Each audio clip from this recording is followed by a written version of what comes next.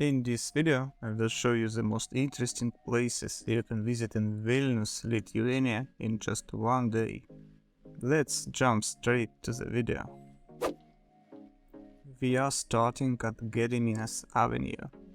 This is a beautiful avenue with a length of approximately 1.8 kilometers. The avenue got its name after the Grand Duke of Lithuania, Gediminas, and it connects with the Cathedral Square, the Užupis Square and the Independence Square. The Radvilas Palace. The Radvilas Palace is made in the Renaissance style and currently serves as a museum of art. Feel free to visit. Ticket price is €6. The Church of St. Catherine. The Church of St. Catherine history dates back to the 17th century, but unfortunately it was seriously damaged during the Second World War and was fully restored only in 2006. The Presidential Palace. The history of Presidential Palace dates back to the 15th century, but it became the president's official residence only in 1997. We are entering the grand courtyard of Vilnius University. In the gallery of the grand courtyard, you can find 50 commemorative tables dedicated to the teachers and outstanding students of the university. The entrance to the bell tower and the Church of St. John's are also located here. The Church of St. John's. The Church of St. John's was built in 1426 and belongs to the Vilnius University. The Bell Tower. The Bell Tower is a Baroque-style building that allows you to enjoy the panoramic view of the old town, as it is the highest building in the old town of Vilnius. The Town Hall Square. The Town Hall Square has a triangular shape with the Town Hall in it. Square is a popular place for public events and holidays. As we can see, at the moment there are preparations for another event taking place. The Church of Saint Casimir. The Church of Saint Casimir is the first and also the oldest example of Baroque, which was built in 1618. The Orthodox Church of the Holy Spirit. The Orthodox Church of the Holy Spirit is the most important Orthodox church in Lithuania. The building is designed in Baroque style. The Church of St. Theresa. The Church of St. Theresa is a Roman Catholic church located in the southern part of the old town, and it was built in 1650. The Gate of Dawn. The Gate of Dawn was built in 16th century for defensive purposes, along with 9 other gates, but today it is the only gate remaining. There you can find the chapel of Our Lady of the Gate of Dawn. Užupis. Užupis is a district located in the old town.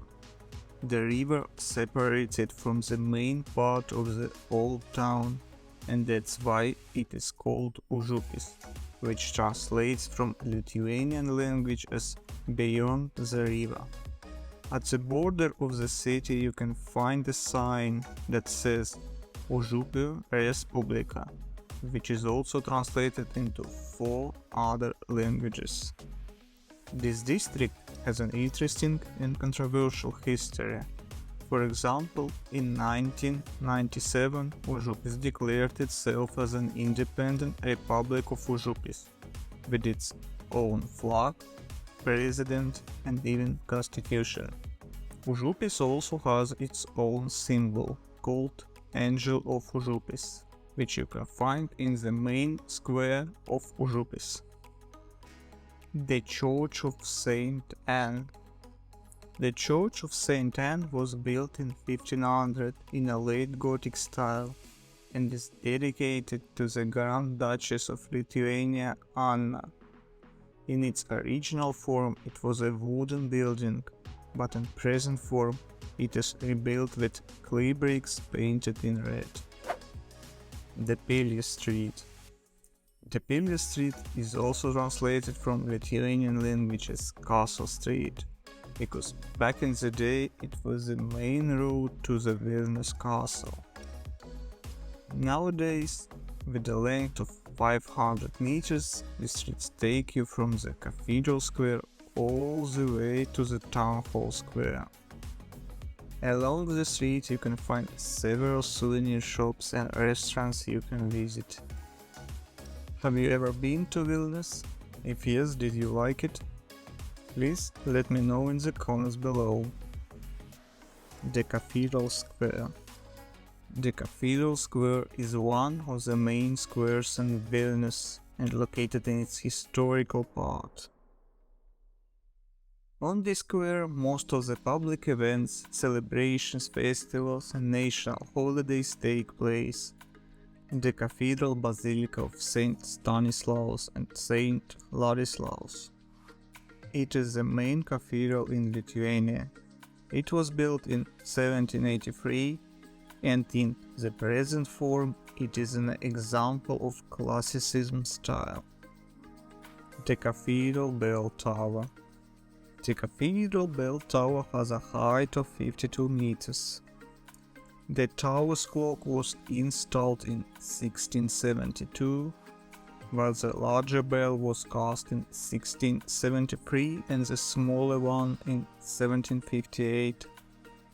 When the larger bell chimes, it marks the hour, and the chime of the smaller one marks the quarter hour. The National Museum of Lithuania. The National Museum of Lithuania was established in 1952 and housed in the new Arsenal. Feel free to visit an exhibition and immerse yourself in Lithuanian history. The ticket price is 5 euros. We are going up to the Gediminas hill by foot, but there is another option I will show you in a moment. The Gediminas Tower. The Gediminas Tower is a remaining part of the upper castle of Vilnius Castle Complex. At the top of the tower you can see the national flag of Lithuania.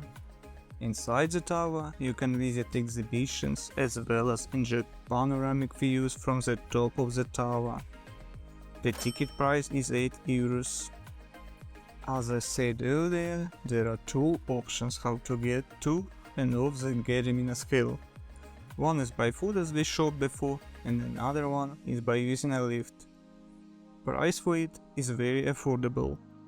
Only 1 euro one way. From there opens a stunning view of the central part of the city.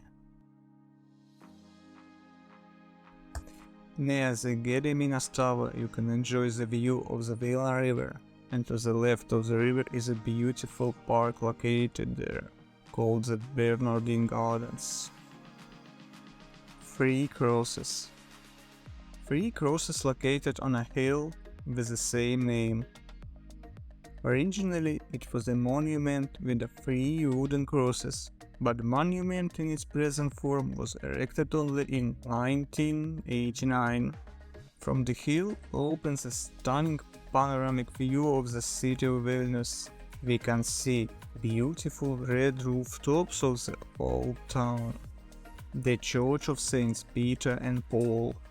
The Church of Saints Peter and Paul is a Roman Catholic church. It is located a bit further from the main attractions of Vilnius, but it is worth visiting.